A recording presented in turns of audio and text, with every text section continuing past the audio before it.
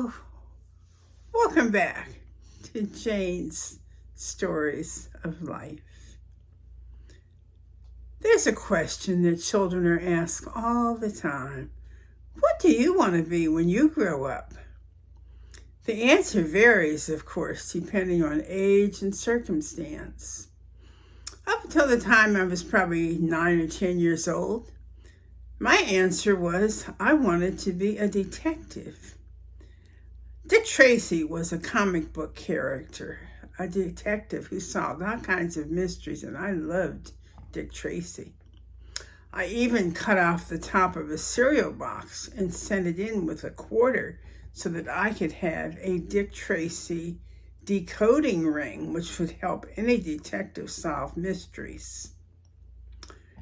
Growing up in Cleveland in the 1940s, Cleveland was a big city, and as a big city, it had its share of crime.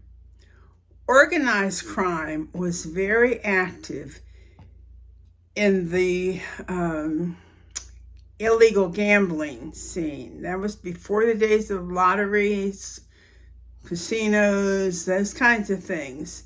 And so people gambled with bookies. There were people who ran numbers, who collected numbers and money and paid off and things like that. It was very organized.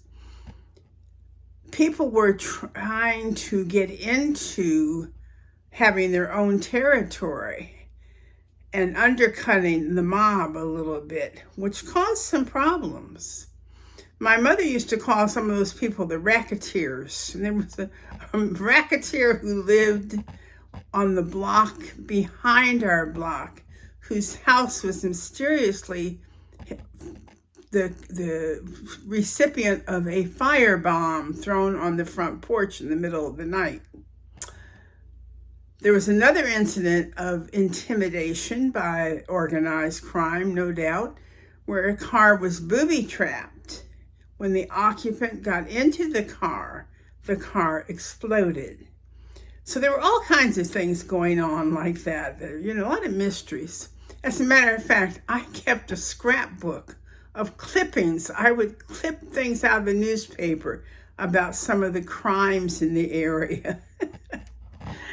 There was a local bar, that's all you can call it, a bar, that was notorious for Saturday night drinking and altercations. Quite often there were stabbings that happened in that bar on Saturday night, so much so that the bar was nicknamed the Bucket of Blood. So what does that tell you? Well, by the time I became older and wiser, probably beginning maybe 9th or 10th grade, I volunteered at a daycare center. And that's when I decided I really wanted to be a teacher. So I majored in kindergarten, elementary education at Ohio State. My first 5 years of teaching was kindergarten level. By the time our children arrived, I was going to be a stay-at-home mom. I thought, well, I did that for 2.5 years, 3.5 years, and I thought, let me get back to work. But I did not want to work with children all day and come home with children.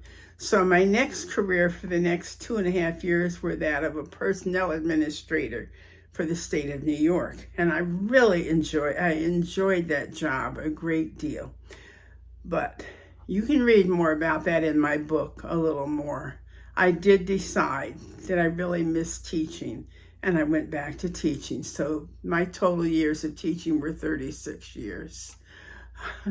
I know that many of us have career changes during our lifetimes. I've enjoyed each of my different careers, and whatever you want to be when you grow up changes. And they say most people change their area of work maybe up to 6 or 7 times during their lifetime. So just because you decided that in college doesn't mean that that's what you are post high school, or whenever you decided on what you wanted to be when you grew up. Doesn't mean that you have to do that for the rest of your life. So Ask each other. It's kind of fun to think about the different things that you thought you wanted to do. Oh yeah, I forgot. At one point I was going to be a psychologist because I used to take the quizzes in magazines where if you had so many answers that were letter A, it meant this. If you had so many answers that were B, it meant you were this. I thought that was fun. So I don't think that career goal lasted very long. That was somewhere along the line too. So anyway, ask each other, tell your grandchildren, tell your children, share that information. It's just kind of fun. Cherish the memories and pass them on.